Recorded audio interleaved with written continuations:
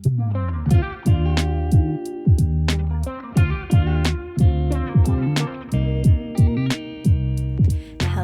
and welcome back to the Nourish with Purpose podcast episode. It's Bailey, and I hope you're having a great Wednesday or whenever you're listening to today's episode. I thought that we could keep today's episode kind of light and fun. I'm going to go over some catch-ups with you, of course, like I typically do, and then get into a little bit about what I do and kind of how my role is changing right now in this season of life. And it's something that I'm trying to accept with open arms, but it's not easy. And I want to be very open and honest and transparent with you guys on just where I'm at. I think an episode every now and again of just like okay, let's be real with each other. What's going on in life is kind of fun. And it's also just good for me to talk through things, even though you're not maybe giving me feedback in real time. It's still fun just to share more with you. And like I said, be very open and honest about just how things are going in this season of life.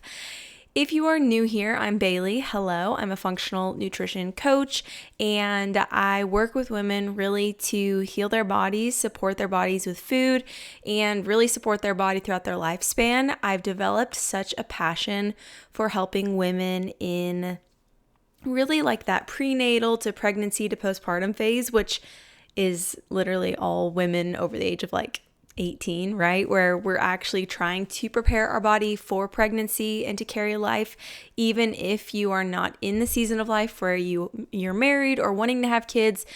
Really, it should be happening before then, much before then. For me, I gave my body about 3 years to prepare for pregnancy, and that's something I don't think I've really talked a lot about other than just sharing what my lifestyle looked like. And some of you have maybe been along for the whole journey, and I'm not going to get into everything on today's episode, the nitty-gritty details, but if you are interested in learning more about my own health journey and want a more in-depth view, the first episode I ever recorded is the raw and real health journey of mine. I am going to get a little bit into that and kind of the evolution up until now in today's episode, just because, like I said, I want to share about what this season of life is looking like. It's something I've become really passionate about talking about, and I think it's just shocking how little we are taught in the realm of like nutrition and lifestyle and how to support your body before you want to carry a baby. And again, you might not even be thinking about kids, but that doesn't mean that you're not still in the phase that should be caring about how you take care of yourself. And I think the number one thing that I hear from clients when I'm working with clients, for sure over the age of like, I would say 45 or 50, is they tell me, they're like, I hope you have younger clients too, because I wish I would have known how to take care of my body like this when I was in my 20s. I would have saved myself so much stress, so much physical pain and discomfort if I would have learned all of these things when I was 20. And I don't tell you that to say like, hey, like you should be investing in coaching, although I think everybody should. I personally have invested in coaching since I was a freshman in college for a variety of reasons, which I'll touch on, but I want you to just pull from that it is not too early to be taking care of yourself. And again, that doesn't always look like working with somebody. I'm never here to pitch myself to you. I just hope to share with my experiences and with what I do that you gain maybe some feedback, or you gain some bits and pieces of practices you can integrate into your lifestyle right now, right? And I just think it's really big when you have, my older clients telling me, I wish I would have known this 20, 30, 40 years ago. It's like kind of a wake-up call, especially for me to think, okay, I am the age when they are wishing they would have known all of these things and taken care of their body the right way. I need to make sure I stay on top of it too, because it can get really easy as a mom to just be like, okay, we're hitting lunch and I'm just going to have a chopstick and strawberries, which I'm literally saying that because I'm staring at my lunch, which is a chopstick and strawberries, which is not enough. And I know that. But when you have somebody else you're taking care of and you're feeding, it's typically ourselves that get put on the back burner. And I actually realized this last week? I had some weird stomach bug. I really think my body just needed to release something. And kind of like when I was sharing about before I went into labor, I kind of got those stomach flu symptoms. the ones that you don't want, like both ends type of situation, which I'm like, okay, that's way too TMI probably, but I want to be honest. And I had that before I actually delivered Oliver, about 24 hours ahead of when he was delivered. And then I got similar symptoms, which I have been doing castor oil in my belly button. And then the one night that I didn't do that, I felt like my body released something. So I'm like, okay, maybe I should do that every other day instead of every single day, or even less than that, give my body a little bit of a break. But nonetheless, I got that last Wednesday Wednesday and then into Thursday, Tuesday, Wednesday, and Thursday. And I had things planned, so I was I don't know, it like just never hits at the right time, right? But you're still, like, I was still taking care of Oliver like I do every single day. And until you're a mom or somebody that takes care of other people, obviously, like in your job setting, you don't realize like how easy it actually is to put yourself on the back burner and go full force into taking care of the person you need to take care of until you're put in that situation. Because I remember during pregnancy thinking, how in the heck am I going to take care of a human when I feel this nauseous or this sick or this like upset stomach situation is happening? Like, how am I supposed to take care of somebody else? And it's pretty amazing because your body just does it. And I was talking to my mom about that, and she's like, truly, like, until you have to, you don't realize that your needs get put on the back burner. And I think that's something that should happen, right? That sacrificial type of love. But at the same time, it's really sad for me when I see moms continue to put themselves on the back burner, even if they have help in their life and maybe they could invest a little bit more time into taking care of themselves, and they don't. And I know that is really a hard thing to do. And that is not to guilt anyone. If you feel like you're a mom or you are just in a season of life where you don't feel like you're taking care of your body, I've been there, and I understand like it can be hard to want to take care of your body, or it can be hard to invest in taking care of your body. And so I think that's why I have a passion specifically now for working with moms, or like I said, those, you know, you're freshly married, wanting to start a family in the next few years type of gals, just because there is so much you can do to support your body before pregnancy so that when you deliver, you have habits in place that really are hard to break. And I know that sounds like a lot easier said than done, but there are so many things that I implemented those 3 years before we even really thought about having kids that I still do every single day. And that's because they have been habits for a long time.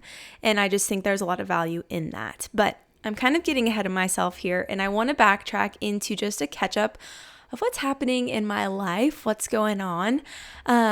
Really, I feel like May was full of a lot of weddings and festivities and celebrating love, and it was so good to be able to do that. But now we've had some weekends where we're really just at home, and I have to say that's also been really nice. The thing about my husband and I is we both work from home, and so actually getting out and socializing on the weekends is probably preferred, and something we really have to work hard to do.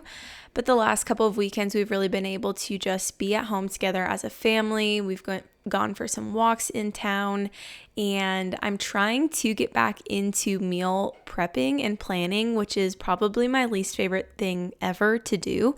And it's funny, and it's probably because that's what I talk about when I work, you know, of like helping other people meal plan and prep. And I love helping people do that. But when I have to do that, it is not my favorite thing in the world.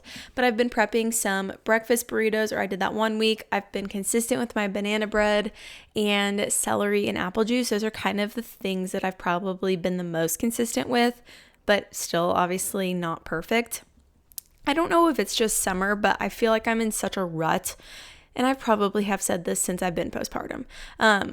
But I just feel like I'm in a rut with food, and I don't know what to make. I don't know what even sounds good. There was the other day where Nathan and I were like, I don't want to eat chicken, I don't want to eat beef, and I don't want to eat turkey. And those are our 3 meat, like protein options. So then I did some like Greek tzatziki bowls, and they were actually really, really good. I did some like turkey meatballs, and I put mint and oregano and thyme in them, and then I also did like a Greek yogurt dressing. Anyway, it was really, really good. I probably should share that recipe because I made it in 20 minutes or less, and that is every single recipe I make. I will tell you, unless it's in the slow cooker, it's probably 20 minutes or less. And I'm like, I really should come out with like a bowl recipe guide because I love a bowl meal. If it fits in a bowl and I can just mix it all together, that's perfect for me. And so trying to be inspired, but again, like when it's so hot and humid and muggy outside, I also just don't feel as hungry. I don't know. Eating in the summer is just weird. Maybe that is just a me thing, but I feel like it gets hard when it gets super hot. I just feel like I need so much water that food doesn't really even sound all that good. But again, the habits I've created over the last 3+ years is that you eat 3 meals a day or more, no matter what. And so that is really what I stick to, and I try to be in tune and listen to my body, but our body also needs fuel and it needs something. So I really prioritize those 3 meals a day. I also know if I want to get the amount of protein in per day that I physically need, especially with breastfeeding, that I need to be prioritizing those 3 meals and a good snack. So it's kind of been a challenge, but outside of that, things that are going on is we are actually starting the renovation of our bathroom. I've shared a while back that we have had some mold in our bathroom, and I've kind of gone into my head and freaked myself out about the whole thing because honestly, I've just had some weird things happening, especially during pregnancy. Like I have some like rashes on my legs. I have a rash like on the vulva. I think it's called a vulva in your mouth. Like it's like speckled, and I had a rash on the roof of my mouth before. And when I delivered, my placenta was very aged, which is something, again, I really can't even get into because it just causes a lot of overwhelm, I think, for me to know that. And I really think a lot of it I've kind of attributed to mold exposure. And so it is a huge, huge sigh of relief to be actually getting ready to renovate our bathroom. My husband and I are not very savvy when it comes to renovation.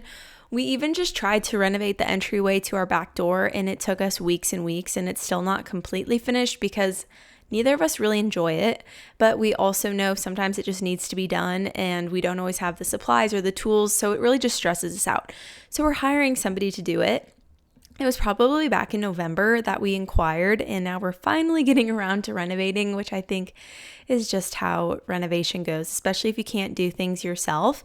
So I picked a tile for our shower. I'm really excited about it. It's kind of long, rectangular. It's going to go like the tall way, and it's kind of like a green sage color, but every piece looks a little different because of like how it's glazed. And so that's going to be on the shower. And then we're also going to have brass like faucets in the shower, and the floor is going to be, I'm trying to think, like, if you go into like a really old like bakery or something, they have like the little tiny pebble type of flooring. I'm totally blanking on what it's called. Anyway, we did that in like a cream, and then there's like some coloring to it. It's kind of like, I think that's marble maybe, or like a quartz. Anyway, I'll show you photos if you follow me over on Instagram eventually when everything gets done. But really the main culprit of the mold is that we have a wooden framed window in the shower. Don't ask me why or who thought that was ever a good idea. But even when we moved into the house, we tried to like flex seal it to prevent any water exposure on it. It's just impossible. You're literally in a shower. So that is something I'm so excited about, and that is really the main culprit of where the mold is. And honestly, just prayers that we don't find it anywhere else in the shower, or that they haven't tried to cover up mold, because we're living in a house that's it's over 100 years old now. And so there's just things that you can't control. And one of those would be just that whole bathroom situation. And so we were planning on going on vacation in probably like September to October, and that's probably not happening because we obviously, like I said, can't do the renovation ourselves, so we pay somebody else, which means it's more expensive. And that's just how life is. And sometimes I think it's hard to like want to do it all and do everything right away, especially when it comes to house renovations. And it's something we've had to be very, very patient with, is the whole bathroom situation. But I'd even told Nathan, like, I don't want to obviously harm Oliver's health by having a bathroom. You know, you think you're taking a shower every single day, at least I shower every single day, and that mold exposure is getting warmed up. Those particles are probably everywhere, the spore particles of the mold, and I honestly just can't even think about it because it just stresses me out. But I've even noticed Oliver's skin, he has some like eczema. I'm not going to say it's eczema, but some dry patches, and I'm like just really hoping that once we renovate the bathroom and get that situation cleared up, we get a soft water heater. I don't know, whatever. I don't know any of the technical stuff. All I know is I just want our water to be a little bit more gentle on his skin. We already have like a filter that we just put over the tub like faucet for him to fill his little bath. But I don't know. You never know what that's actually doing. So I'm very excited for then also to get our water tested, see what's going on, because like I said, we live in an older house. There are just some things that when we moved in, we knew we would have to do, and one of those was the bathroom, another one was the kitchen, and we have now we'll have completed both of those then since moving once our bathroom is done. And then we'll need a new basement eventually, and that's a whole other ordeal. But just to kind of give you an idea of like in my personal life, what's going on right now, everything I really share more on Instagram because, I don't know, I share a little bit about my business, but mostly personal life. I feel like over there, I have a fun time just like creating content, sharing information with you. And like I said, a lot of it's kind of catered more towards prenatal health and pregnancy because that's the season of life I feel like I was most recently in. And the perk of my business is that I'm able to kind of alter my business to mimic the season of life that I'm currently in or freshly out of. And I'm just realizing there is a huge gap of information when it comes to how to adequately fuel your body for pregnancy, during pregnancy, and postpartum. And that is a gap that I obviously see and hope to fill for some people that want that type of support because it's wild how little they tell you. I remember when we went in for our first appointment to the doctor for like the first ultrasound, and then, we went to a midwife clinic. We went in and got an ultrasound, and then they were going through a packet of like nutrition, which was literally one page.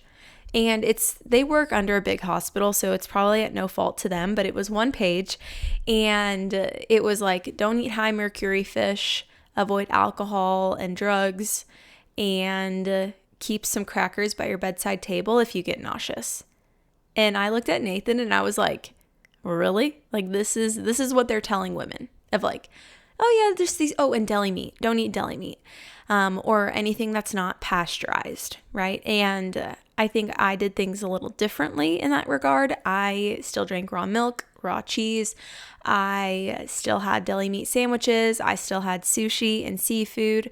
Literally at 12 weeks pregnant, I was like, I need sushi so bad, which now knowing and understanding my body, I'm almost 100% sure I was deficient in iodine, which is why I'm like, I need seaweed or some sort of sushi ASAP. And that fulfilled just something in me. It was what I craved, honestly, most of my pregnancy was sushi. And we would go to a bigger city and Nathan would be like, I know you crave sushi, but I cannot do it anymore. I'm like, well, you can pick where we can eat, but if I was responsible for choosing, it was always sushi. And I would get raw sushi. And I know that might not be a popular opinion. And again, this is my experience, and I'm not recommending that you do this. If you are like, oh my gosh, I could never, totally fine. I think it depends on the quality that you're consuming, right? But I just think it's kind of disgusting how little they tell you about actually fueling your body properly for pregnancy. And I want to backtrack, honestly, before I even get into that and kind of share, again, like what I do, what type of clientele I work with, how my business is kind of changing in this season, and just kind of bring you up to speed because some of you might know a lot of this and know a lot about me because you've worked with me or you've listened to the podcast for a while. But I know there's some new listeners, and I just want to give kind of a snapshot into my history because I think it makes why I'm passionate about certain things a lot more clear. So when I was 18, I found out that I had fractures in my L4 and L5 vertebrae and a bulging disc. And during this time, I was also having some digestive issues, like just tummy problems. I was always bloated. And I remember girls in college just saying like, well, we're girls, we're just supposed to be bloated. And that didn't really make sense to me because I felt like I was so uncomfortable, right? Like I went to Nebraska Wesleyan, so I'm from Nebraska, and that's where I went to college, and I was on the dance team, and I feel like my back injuries just got worse as the year went on. But if I look at my body composition, I also gained around 30 pounds that first year of college because I just felt miserable. I was eating crappy food, I was eating fast food, I was eating dairy, and I had no idea what was causing my issues, right? I'm living in so much pain. Every single night I wake up midnight, not at midnight, but like in the middle of the night, crying because my back hurts so bad. I had gone to a doctor and eventually they did 2 rounds of steroid injections and they put me on a couple different pain medications. And I still felt the exact same. And I'm like, I'm doing all the right things, right? I'm going to the doctors, the pain specialists that are supposed to help me, but like my body just does not feel any different. And that is when I would say kind of that next summer is when I made the connection that what I put into my body really, really, really matters. And yeah, that might sound like a no-brainer now, but in that moment, I had no idea that what I was eating was actually contributing to the issues I was experiencing. I thought like, oh, there has to be leaky gut, or there has to be some sort of food intolerance, or there has to be a food allergy. And I am lactose intolerant. That is true. Dairy can set off my stomach if it's not raw. I know it's kind of weird, but like raw milk, raw cheeses don't bother me, but pasteurized dairy or low quality dairy does. Anyway, but that whole year I'd been eating whatever I wanted, right? And that summer I actually thought about it and I'm like, I eat at least 3 meals a day. If anything were to be upsetting my system, it has to be food. And that was kind of a revelation. I'm like, whoa, like the food I eat actually matters. The quality of food I eat, the types of food I eat actually matters. And again, you might be listening like, duh, like we all know that. And I think that is very mainstream now. But you have to think back in 2019 or 2018, nobody was really talking about inflammation.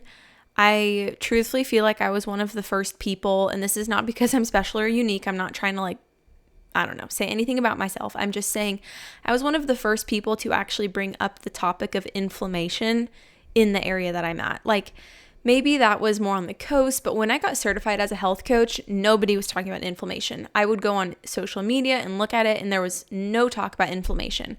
I remember actually meeting with somebody to kind of talk about growing my business and they're like, you need to do a post on like, what is inflammation? Because I don't think people really understand what that is. And that was only 4 or 5 years ago. Like we have come so far to understand that, but you have to remember when I was 19 years old, that was not something I was thinking about. That was not something doctors were talking to me about. I would go to this pain specialist and for my appointments, and they had me on one medication and then they did blood work and decided it was time to kind of switch to a different medication. And food was never ever talked about. And you go into that waiting room and you look at the clientele that they're dealing with. And now reflecting back, if I would have had the opportunity to talk to these people about how they're fueling their body, I think a lot of improvements could have been made in how they feel without needing to, get steroid injections or use medication. And it's fine. Of course, it's fine if you do that. Some people need that, right? Like I'm not here to say food is the cure-all, that it can cure injuries and heal your body. But for me, in my experience, when I actually started giving a poop about what I was putting into my body felt completely different. So then I spent the next 2 years really working on building muscle. So I knew if I had injuries in my back, I needed to build muscle. I removed dairy and I really started trying to lose weight because yes, some of it was vain, right? Like I want to look good because I've always struggled, I would say since probably, I don't know, even as early as first grade, I have memories of like looking at girls and wondering why I wasn't that skinny. So like For a long, long time, I've struggled with body image and body dysmorphia and not really ever knowing what my body truly looks like. And that's something that's kind of woven into this story because, of course, like I wanted to work out to lose the weight I'd gained in college, but I also knew that as soon as I had gained that extra weight, I felt really, really crummy. And so I wanted to first and foremost build muscle and start nourishing my body properly.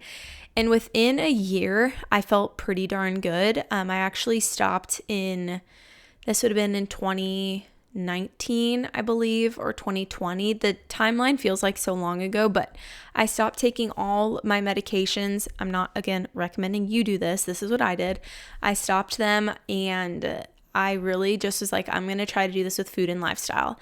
And like I said, within a year, I felt pretty darn good. And within 2 years, like really didn't notice any pain.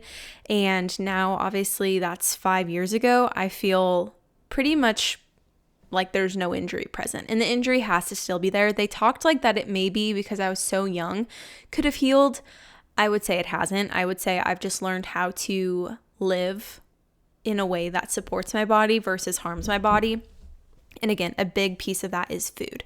And something that I want to say around this too is that it really, really just takes time sometimes for people, almost all the time for people. The thing is when I was 18, I remember the first doctor I went to was like, we need to give you you need to go into surgery. We should get something scheduled. Thankfully, my dad was like, we need a second opinion. And we went to a different doctor that he had gone to because my dad has back injuries of his own. And it was a much, much better experience. But again, diet was never, ever talked about. And I just think that's kind of crazy. But again, kind of coming back to that, when we went to the pain specialist, they're like, maybe before you ever think about carrying a child, you will want to have back surgery. Like we just kind of always thought that would maybe be what I had to do. You know, before I ever wanted to have a kid, I'd have to have back surgery. Well, now, obviously, I've had a kid, and I would say that until the last probably month of my pregnancy where my hips just hurt so bad, I had very, very little to almost no back pain.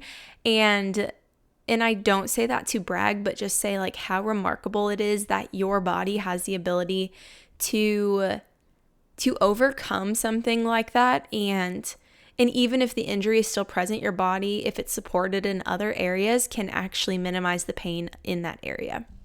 And that all comes back to inflammation. And so that's why that's a huge part of what I do and what I talk about and why I'm passionate about that is because my whole health story started with an extreme amount of inflammation within my body. And that's why we need to address inflammation, which really is almost any health issue you're dealing with. The root cause is inflammation. But discovering like what exactly is going on in your body takes a little bit more digging, right? Because you could have inflammation of the gut, but is it because you have poor gut health, right? Like an imbalance of good and bad bacteria? Is it because you have leaky gut? Is it because your body is not producing enough stomach acid? Is it because you don't have the enzymes present in your gut to break down certain types of food? There are so many areas or so many different specifics that can fit under that category of inflammation. But at the root, right, stress, inflammation, we've heard this probably a million times, is a lot of it. But what I then experienced, so obviously like I dove totally headfirst into eating well, fueling my body. But then I got to a point where really it became much more about what my body physically looked like than anything. And I went through a pretty long stint of tracking my calories, really hyper analyzing what was in my food, wanting complete control over anything I was consuming. And I really think a lot of that did stem from figuring out I was lactose intolerant because I knew if I ate dairy, I would have an inflammatory response in my body. Like I would feel my back start to hurt. Or if I ate out at a restaurant and they used certain oils, like I physically felt that. And I really believe that was because I was super in tune with my body, and I still am. But as soon as my gut started to hurt, I knew my back would start to hurt. And so I wanted control over everything. And so that really, I don't think was maybe the best.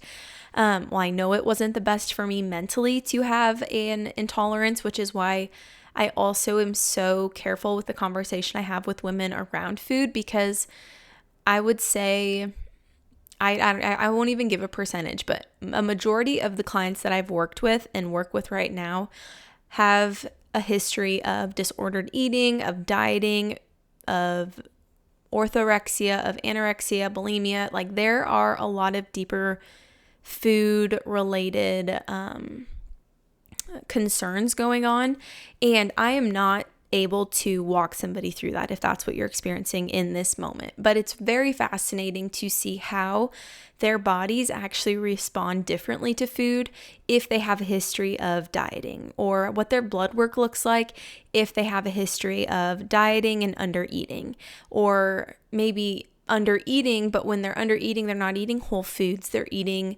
sugar-free, fat-free, low-calorie foods that then later in life, even 10, 15 years later, their body is still trying to recover. And we see that show up as insulin resistance, leaky gut, low stomach acid production. For sure, leaky gut and insulin resistance I see a lot of, which is tied to obviously insulin resistance, a blood sugar issue. But leaky gut tied to it, I would say a lot of those low calorie diet foods, trying any diet supplement under the sun. And I'm so grateful that I didn't take the path of trying supplements or products that are like sworn to help you lose weight. I really just tried to control food. And I don't know what would be better, but I went through it, like I said, probably about a year and a half where that was all I thought about was how can I work out more?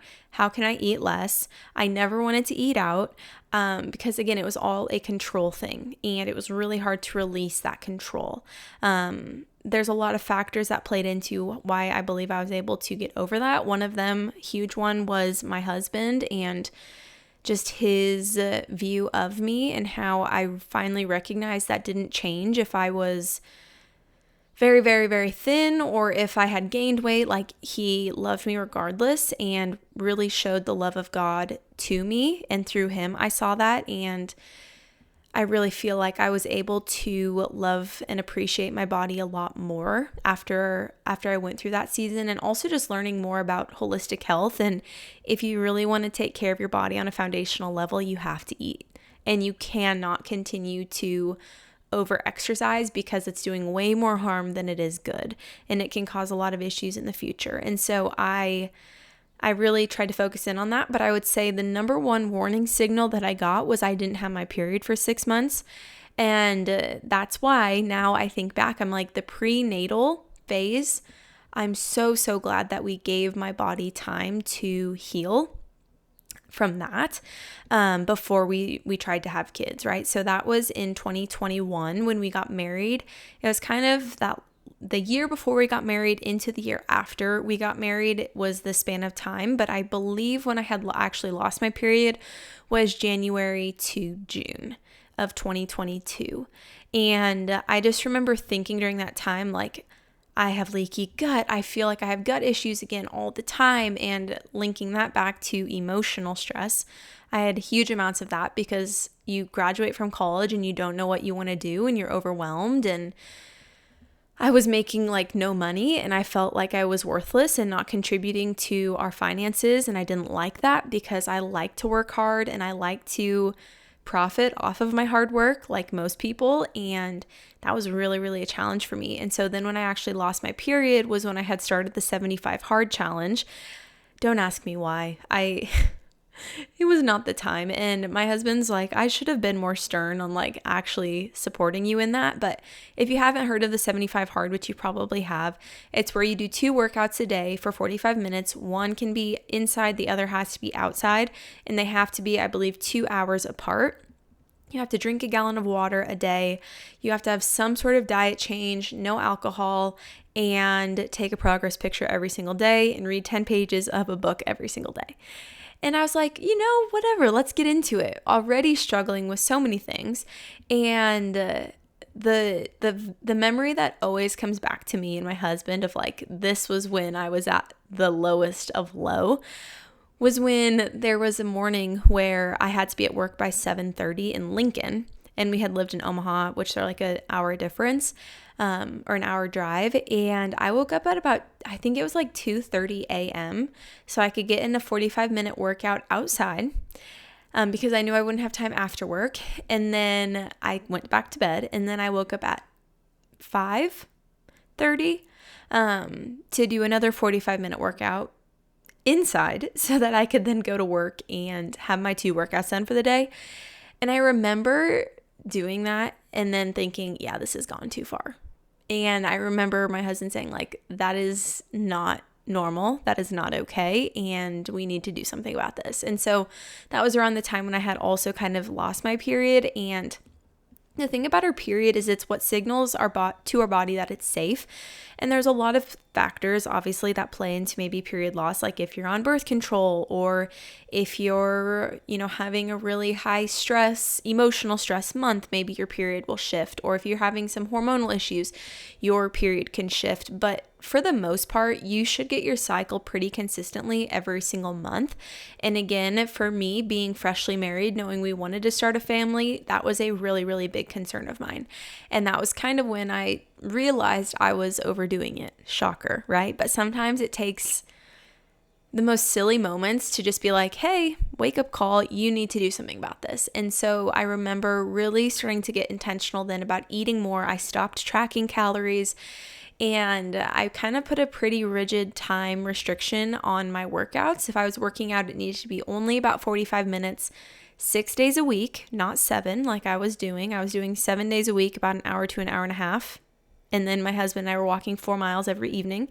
So you can hear and maybe you're in a similar boat where you're like, I'm really not overdoing it. I just, try to get 10,000 steps every single day. And I'm typically, eating maybe 2 meals a day, like I do lunch and supper, but I don't really have any snacks. Or I also like to add in strength training, and you're not thinking you're overdoing it. You might really be overdoing it, and your body doesn't need more to do. It needs less. And that is really hard to recognize. And that is why I handle the conversations with clients so delicately around relationship with food, relationship with body, relationship with exercise, because I have been in situations like that almost most of my adult life, right? Where those were things I was extremely obsessed with. And so that was then when I started trying to heal my body in the regard of wanting to get my period back, wanting to just take care of myself for the first time, which is interesting because you would think exercising and eating right is taking care of yourself. But when you're overdoing it, you're not actually taking care of yourself anymore. You're abusing your body and treating it like a machine. And so that's something I consciously have to make the effort to not do now. And I want to share that with you because that was 4 years ago now, where I was probably in the deepest depth of that whole situation.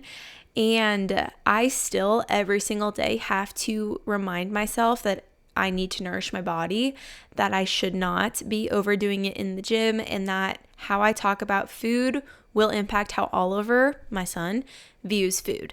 And I have to remind myself of that every single day, because I hear comments about dieting. I hear comments about what people look like, or all the time, right? Either if it's through clients or family or friends, I hear things like that all the time. And I told Nathan the other day, I'm like, it's not that I don't still struggle or want to say the same things that the people around me are saying. I just know that every single day I wake up, I have to make a conscious effort to not overdo it. And that's really vulnerable, I think, to share, because you would think well, if you help other women do it, you should not struggle with these things anymore. And I just don't think that's the case for everyone. My hope is that if I've worked with you or you get support from me, that you don't struggle or don't always have to be reminding yourself of that. But I've noticed, just the trend. I was talking about those older clients that I work with over the age of 45 to about 65 is kind of the range I would get a bulk of my clients. And a lot of them started dieting when they were in middle school, and they would eat very, very little. And then they would get into college and then maybe overdo it and eat too much or eat out all the time. And then they would get out of college and start making money and realize, well, I can actually buy good food, but then they would start over exercising. And it is this pattern that I see and we break down throughout their entire life. And that is just the reality of the situation. And that's especially the reality of the situation if you are listening and you're like, Okay, yeah, I'm in my 20s and I struggle with those things, but I don't have the time right now to take care of myself. I want you just to backtrack a little and think, okay, if you don't take the time to take care of yourself now, in the future, you're going to have to dedicate way more time to taking care of yourself because you didn't. And that is not to scare you. That is not to, scare you into getting a coach or working on your health, right? But that is just to be bluntly honest, is if you're not taking the time now, you will have to take the time later. And I know for me, I looked at my future and I've seen patterns of chronic dieting around me, I feel like a lot of my life. And I just knew I didn't want to be in my 60s and still just eating a granola bar for breakfast after I had had coffee, skipping lunch, and then eating a huge supper. I didn't want that, and I don't want that. And that is not a normal way of eating. That is not a normal eating pattern. And I think that's what's so hard. And I've talked to Nathan about this, is with what I do, I feel like I am constantly analyzing how people fuel their body and this is not in a judgmental or a I'm better than you way. This is in a way of like, I see what they're eating or their patterns around eating or their conversations around food. And all I want to do is help every single person, and it's not possible. And I think that's what you have to think about if you're ever looking to work with a practitioner or a coach, is like, when you talk to them, do they seem genuinely interested in helping you? And that's something that I will admit, there's been seasons where it was like more about the numbers than it was about actually wanting to help people. And I felt such a flip in my soul and in my heart where it's like, I just want to help anyone. I don't care if you pay me or don't pay me, which I think you need to be paying people and you should expect to pay people if you get support, side note. But it's like, I just want to help this person because I see this really unhealthy pattern that they're going down or that they've had their whole life, and I just want to put them on the right path, right? Or Nathan and I were on the phone the other day and we were talking about a specific situation, and I'm like, well, this is what they eat for breakfast and it's super high in soy, but then they're on hormone replacement therapy, and if they would consume less soy, maybe their estrogen would be a little bit like, my brain just cycles like that. And I'm like, and with what they talk about with gut issues, there's probably a gut imbalance because they're consuming so many sugar-free, fat-free foods. Their body probably has more bad bacteria than good bacteria because sugar-free foods, right?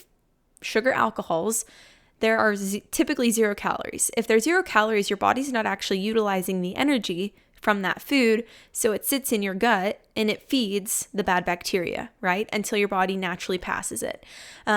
Because it's 200 times sweeter than any sweetener, natural sugar. Sugar feeds bacteria overgrowth. So if you have a bacterial issue in your gut, you're just making things worse with sugar-free foods. Okay, and then we were talking about like electrolytes and how they're consuming a lot of Gatorade. Well, Gatorade, honestly, Gatorade is a never. I would say, unless your stomach flu situation and Gatorade is your comfort food like it is mine, Gatorade should be a no. Because most people are getting the crappiest quality of electrolytes from Gatorade. It has artificial colors, artificial sweeteners, a bunch of crap in it that your body's not actually really benefiting from. You'd be better off with like a Remineralized by Body Bio, or Cure is another electrolyte packet, and you want to be getting a high quality source, right? Well, anyway, like all these little things, and Nathan was like, don't you sometimes just hate your brain for doing this to you? And I said, yeah, I do, because I could really just hear what you eat in a day and know probably what issues you're struggling with without even asking. And it's because I have 4 years of doing this, first off. It's not because like I think I know everything, because the more you know, the more you realize you know nothing is a common quote that I've seen, and it's so accurate because I am so dedicated to continuing to learn and continuing to just learn more about what clients are dealing with and how I can help them. And I would say a majority of the clients that come to me they have a gut issue, right? Their body is, and this is all through blood work is what we're able to like actually confirm what's happening in the body. But really just having conversation, it's pretty, I wouldn't say easy, but it's easier for me to understand like where this issue is stemming from. specifically with the gut, right? Because gut health was like taboo. All people talked about a year ago. And now it's like the liver. It's very fascinating how society's just kind of like continuing to evolve. And anyway, I could get into that. But blood work is another piece of what I do. And that's something I've added in within the last year about the last year. And I've had some people get a little like snarky about it.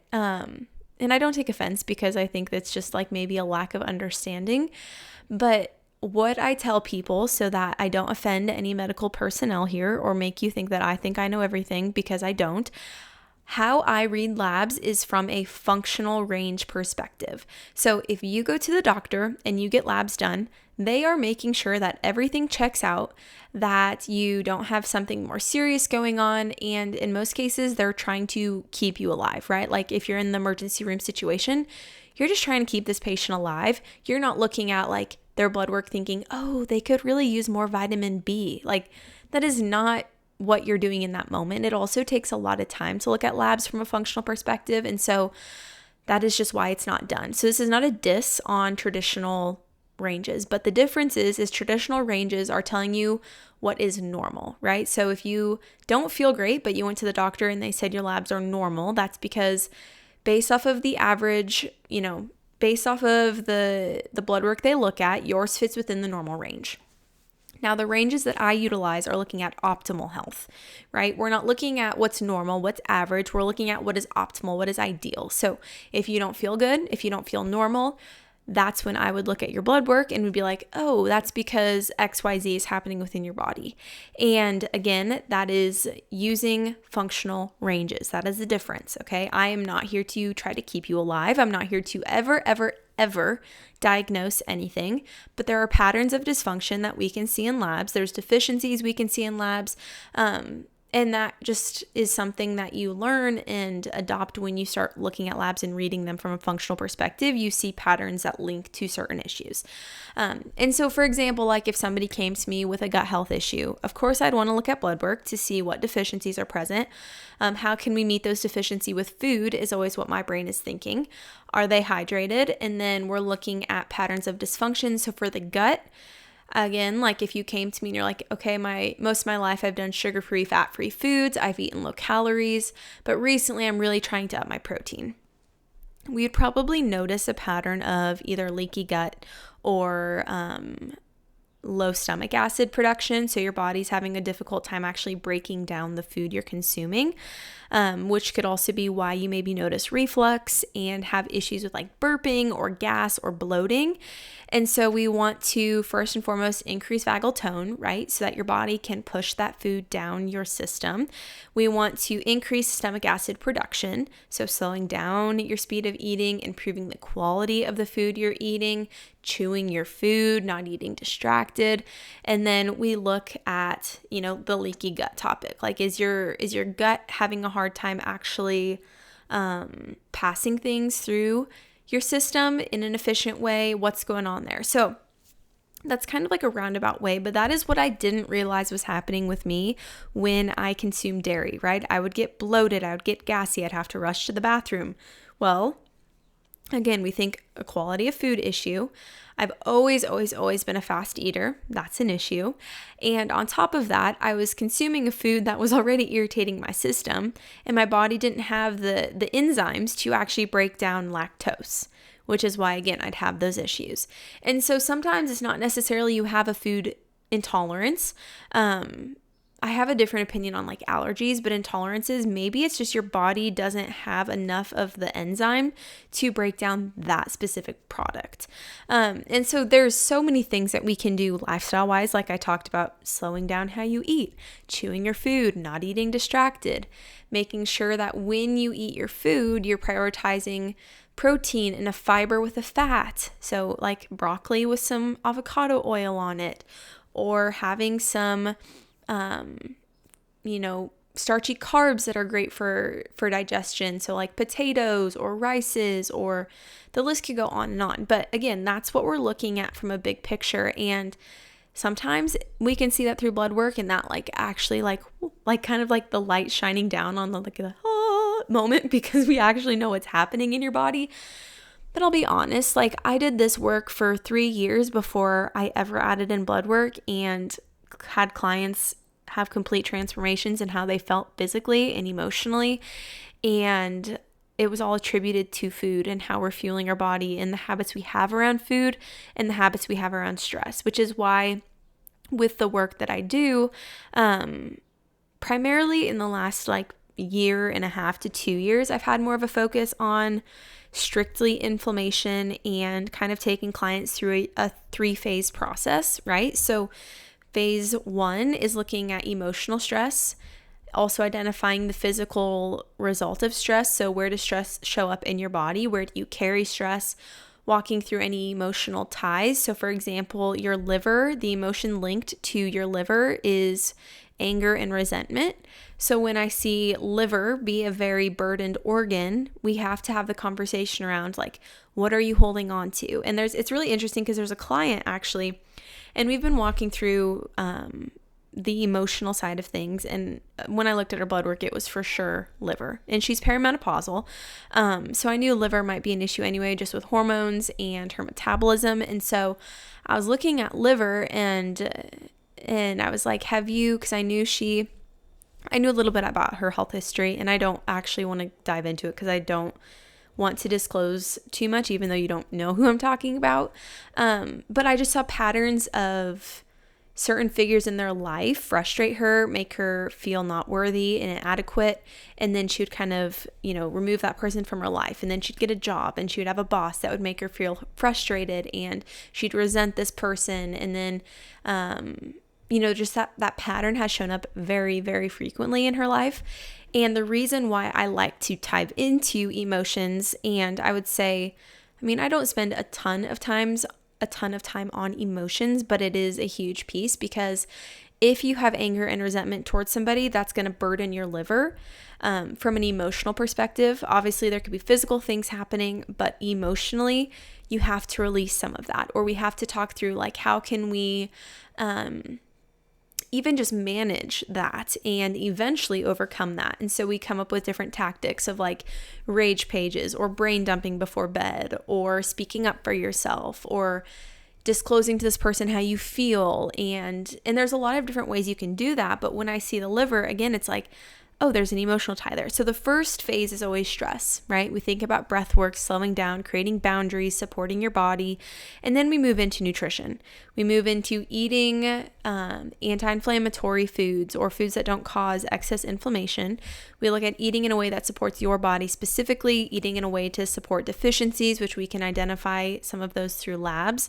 Then we look at building a balanced plate, grocery shopping in a way that's supportive of your health, meal planning and prepping, and then eating in a way that supports any specific physical issue or concern or life change, right? So pregnancy could be one where, okay, now I'm pregnant, or I want to prepare my body for pregnancy. What adjustments do I need to make to just the basics, right? Because we're going to dive into the basics, but then what adjustments do you make to the basics to support different things, or for arthritis, or for chronic back pain, and a lot of it is going to be just adding in pieces that are supportive rather than removing, right? We're trying to crowd out things that aren't supportive with things that are. And then we move into phase 3, which is supporting your body's natural detox system. It's adding in supplementation if that's something that still needs to be, that is not being met with food. It looks like making adjustments to your lifestyle that would be more supportive now that we focused on stress and diet, and just continuing to make these foundational changes long lasting. And that's what I do in a nutshell, right? But I think that 3-phase process is so special and unique to each person. Well, it is, because it's specific to you. When you are looking for a practitioner, again, me or anyone else, you should feel cared for. Somebody should go through a full health history like I just did with you about myself. That's what you should talk to somebody about. They should not really have a time restraint. I typically have 60-minute sessions just because that's kind of that length of time I think is respectful for both of us, but that doesn't mean we don't go over that, right? And then we dive into what medications are you on, what supplements are you taking. We look into what a day of eating looks like for you, and from there we curate a roadmap based around the 3-phase process. And it is, again, specific to you. And that is what I would scream from the rooftops you should be looking for if you need support from somebody, is for it to be specific to you. And it shouldn't look like a 90-day supplemental protocol, because that is another thing I run into is clients will come to me wanting to talk about nutrition, but I'll ask like about supplementation and medications. And they're like, I went to a functional practitioner and they put me on like a 90-day supplement protocol. Okay, then as we're talking through diet, as we're talking through sleep and habits around sleep, we're talking about emotional stress, we're talking about what a day of eating looks like for them. I'm like, there are so many gaps here that could be met without a supplement. And it's about finding those gaps, identifying what those gaps are, fulfilling them with either food or lifestyle changes, and then adding supplement as the last phase, unless you are dealing with something that is like gallbladder removal, right? If you don't have a gallbladder, you probably need to be on, I won't even rattle off what, because I don't want you, I mean, you can self-diagnose, of course. You can self-treat, of course. But there's a variety of things that I would do with a client if they didn't have a gallbladder. That would be right away if they weren't doing it. But again, that's because that's specific to that type of person. And that is what it should look like. And you should be so deeply cared for and loved on throughout the process, in a non-creepy way, of course. But like, the person you're working with should deeply care about you. And they should feel, you should feel that. I think you definitely feel that difference when you are and when you aren't. I was even reflecting back on, I mentioned I've worked with a coach since I was a freshman in college. And the first coach I ever worked with, my mom had actually found for me because she had also struggled with chronic back pain. And so I joined her program, and my mom so graciously paid for the program, and it taught me a lot about myself. But I never had a one-on-one call with her. I never got feedback on the questions that I had. I remember I'd have to upload everything I ate into a food log, and I never once, maybe one time, got feedback on what I was consuming, and it felt like I was kind of going through it on my own. And with what you pay to work with somebody, it should not ever feel like that unless you want it to be an independent process. But I just think about that, and I'm like, how, as the practitioner, how unfulfilling to not actually work with somebody one-on-one in a very deep and meaningful way. That just has to feel very empty. And maybe for some people, they chase more of the profit than they do the people.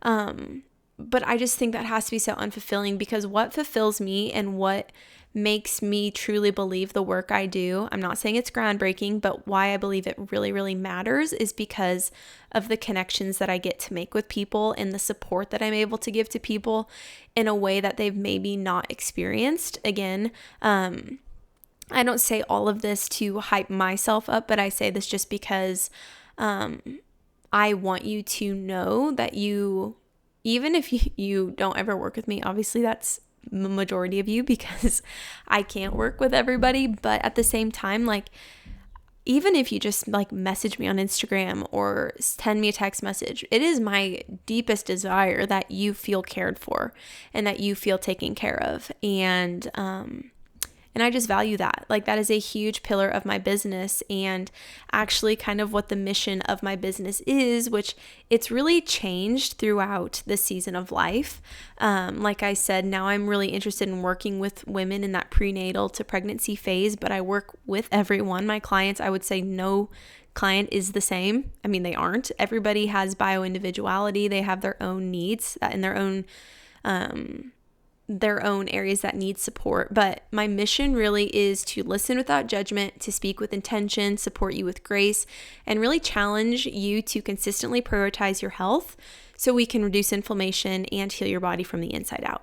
That is my mission. That is my motto. That is what I truly, truly believe and desire for you. If you're in a phase where you don't feel good, again, I speak from personal experience and knowing how valuable it is to get support and have somebody to hold you accountable, even if that looks like it's just a friend or your spouse or your boyfriend. It's somebody that can hold you accountable and and get you kind of in the direction that you need to go. So that is kind of a nutshell of like updated about me, what I've been doing, what I've been getting into. I'm currently actually creating a guide called The Well-Nourished Mother, and it is a prenatal and pregnancy guide for support in how you can nourish your mind, body, and spirit through prenatal care, also through pregnancy. And it is just such a passion of mine that I'm finding it to talk about it and to really educate moms or soon to be moms on how they can make their pregnancy bearable, how they can hopefully prevent health concerns throughout their pregnancy by nourishing and moving their body in a way that's supportive. And like I said, I'm just so passionate about it. So it felt good just to share all of that with you. I feel like a lot of updates, a lot about what I do. Some people I feel like still don't understand what I do or think like, I don't know. And again, I don't care what people think, but sometimes it's like, oh, you just sit on your little computer and post on Instagram, and that's not what I do. I really have a passion for taking care of women and supporting them throughout all phases of life. And it's just kind of morphing and changing as I change as a person, which is just the beautiful thing about what I do. And just the beautiful thing about setting up a business the last 4 years to support this new phase of life that I'm in.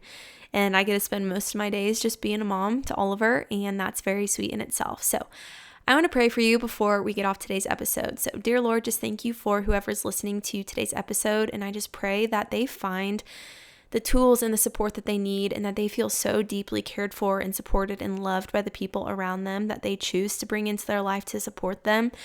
Lord, I just thank you for the seasons of life that we can find ourselves in and the things that we learn through them, the changes that we see in ourselves through them, the improvements or the tragedies that can happen as just getting older. And I just pray that whoever's listening finds beauty and in getting older and in the changes, in that they just desire a relationship with you and to truly connect with you, and just keep them safe this week and beyond in whatever they're doing. In Jesus' name we pray. Amen. All right. So if you're interested in following along with my life outside of the podcast, you can find me at Nourish with Bailey on Instagram. That's going to be the best place to find me, to connect with me. Otherwise, my email's in the description. The wait list for my program is in the description. So that again is that 3-phase process I was talking about, where you can have start in July, August, or September, I think is how far out I'm actually taking clients. So just apply there if you're interested in one-on-one coaching. Otherwise, the foundations course is a self-paced course that takes you through all the foundational keys to supporting your body. That's independent, like I said. So there's just a lot of ways you can support yourself and support your systems, or reach out to me if you have questions. Again, I'm here to talk to you, connect with you, and learn more about what you're going through. So with that, I will talk to you again next Wednesday. Bye.